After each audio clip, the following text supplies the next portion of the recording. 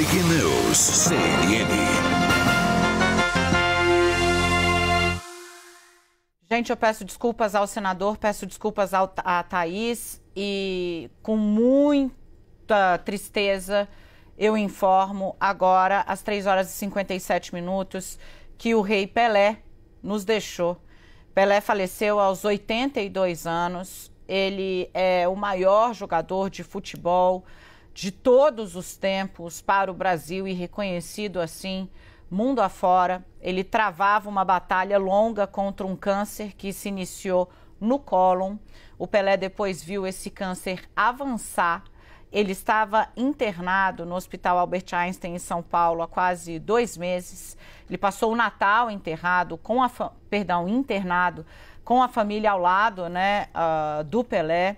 Naquele momento, os filhos, os netos, todos foram para lá acompanhar.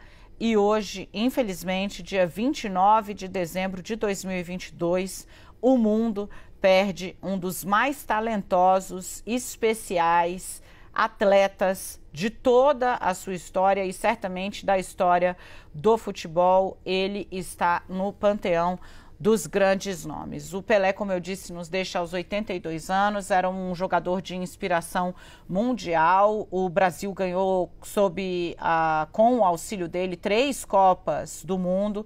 Como eu disse, ele estava internado no Hospital Albert Einstein, aqui em São Paulo. Há uma expectativa, inclusive, de que a camiseta, o brasão da seleção brasileira seja modificado para que no lugar de 3 estrelas nós tenhamos 3 corações, uma referência aos 3 títulos mundiais que Pelé nos ajudou a alcançar e também a cidade onde ele nasceu, a cidade de 3 corações. O Pelé, gente, ele se notabilizou, claro, pela carreira, depois abraçou grandes causas no social, teve uma vida pessoal conturbada, foi, como toda figura pública, alvo de críticas pelas escolhas que fez relacionadas a questões familiares, mas nunca deixou de ser um dos maiores exemplos na história do esporte mundial, e eu não falo apenas do futebol, pela devoção que tinha, pelo porte, pelo avanço que ele representou enquanto jogador na era em que viveu seu auge. Muito jovem, Pelé, aos 18 anos de idade, no time do coração dele,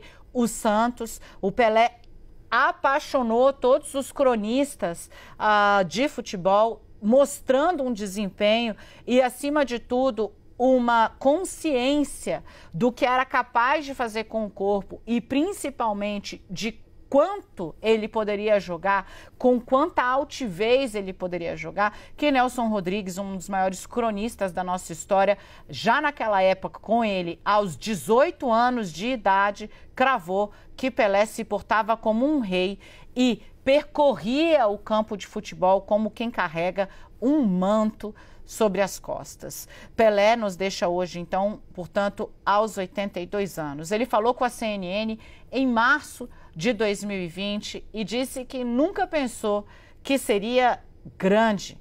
Ele lembrava do pai, que o levava à estação de ônibus de Bauru para poder treinar. Ele contou todos os detalhes sobre as Copas que conquistou e fez um balanço muito lúcido da carreira, com uma memória muito viva ali para detalhar os tempos que jogou. Pelé não se prendia ali ao saudosismo, né? Ele deixa essa sensação na gente, né? Em todos nós que somos fãs, mas adorava e exaltava muito o futebol. Para o Pelé, o jogo hoje se tornou um jogo mais difícil do que o que era no tempo dele, embora o espetáculo, os grandes dribles, aquela maravilhosidade Pelé Garrincha, isso tenha diminuído, foi o que declarou o rei.